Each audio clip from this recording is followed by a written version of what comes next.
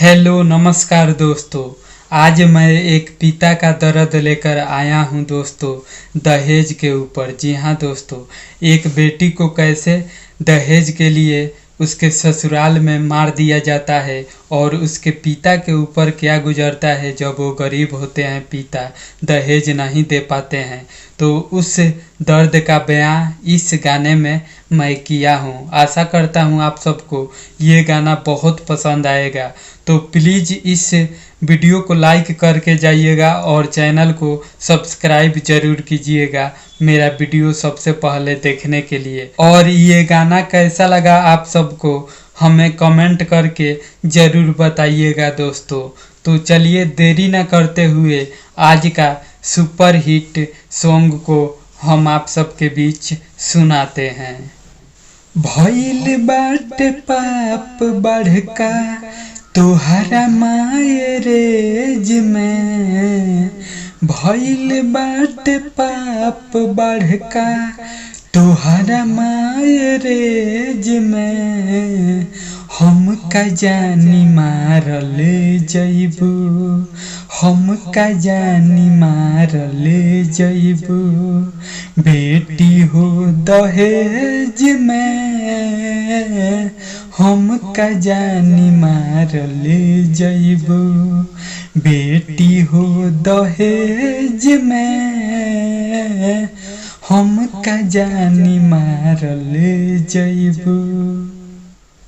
दहेज के लोभी लोगवा काश जान जइते, करे जाके टुकड़ा दूसरा हाथे ना थमइते।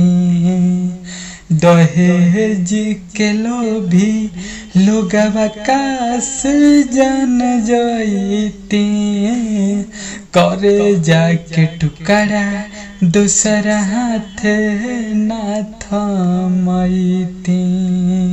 लागल बाट तीर हमारा कोमल करेज में।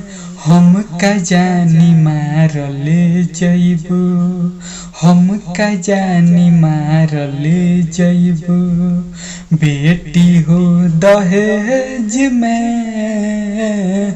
हम का जानी मारल जइबू, बेटी हो दहेज में। हम का जानी मारल जइबू। पिता के दर्द का बकहेले राकेश हो, रीति रिवाज में बकतना कलेश हो। पिता के दर्द का बकहेले राकेश हो, रीति रिवाज में बकतना कलेश हो। रहे शायद लिखल है किस्मत के पेज में।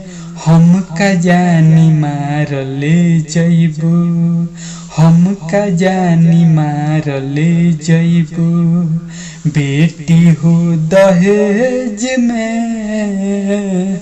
हम का जानी मारल जइबू, बेटी हो दहेज में। हम का जानी मारल जइबू, बेटी हो दहेज में। हम का जानी मारल जइबू। तो कैसा लगा दोस्तों मेरा सॉन्ग, कमेंट करके ज़रूर बताइएगा। अगर सॉन्ग अच्छा लगा है तो वीडियो को लाइक करना ना भूलिएगा दोस्तों। और चैनल पे पहली बार हैं तो चैनल को भी सब्सक्राइब करके बगल में बेल आइकन की घंटी ज़रूर दबाइएगा मेरा वीडियो सबसे पहले देखने के लिए। तो मिलते हैं दोस्तों अगले वीडियो में नए हिट गीत के साथ।